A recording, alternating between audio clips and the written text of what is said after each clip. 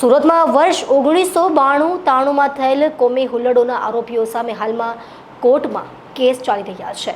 આ મામલે આરોપીઓ ઉપર નજર રાખવા હુલ્લડોના કેસના સાક્ષી અને જાહેર સેવક દીપકભાઈ આફ્રિકાવાલાએ આજે સુરત પોલીસ કમિશનરને આવેદનપત્ર પાઠવ્યું છે।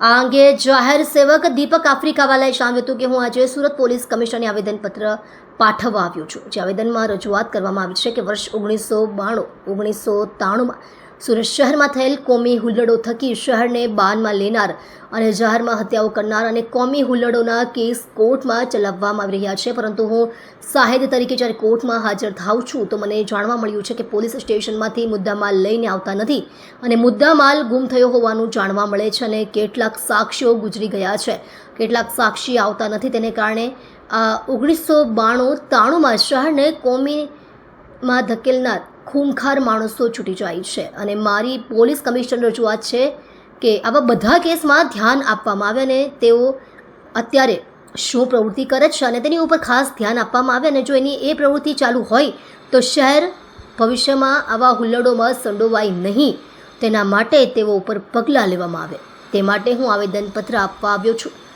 જે તે સમયે આ બનાવો નાનપુરા, સોની ફળિયા, ભાગા તળાવ કોર્પોરેશન ઓફિસની પાછળ બડેખા ચકલા સહિતના 8 કેસમાં તેઓ સાક્ષી છે। હું દીપક આફ્રિકાવાલા જાહેર સમાજ સેવક છું।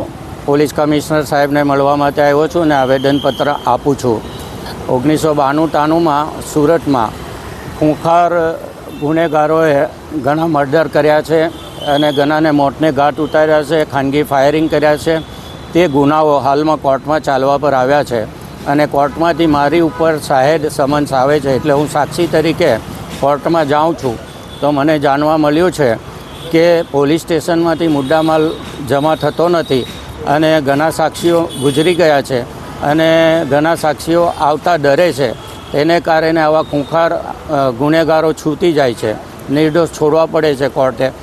પરંતુ મારી પોલીસ કમિશનરને વિનંતી એ છે કે જ્યારે 1992-93માં શહેરને આગમાં ધકેલી દીધેલું અને કર્ફ્યુ લગાવવા પડેલા એવા પ્રયત્નો કરનારા લોકો અત્યારે શું પ્રવૃત્તિ કરે છે અને તેઓ અત્યારે ક્યાં છે તેની જાણકારી મેળવીને તેઓ ઉપર કાયદેસરની કાર્યવાહી કરે, ભવિષ્યમાં એવી પ્રવૃત્તિ ન કરે એ માટેના પગલાં લે। એટલા માટે કમિશનર સાહેબને હું એક આવેદનપત્ર વિગતવાર આપવા આવ્યો છું।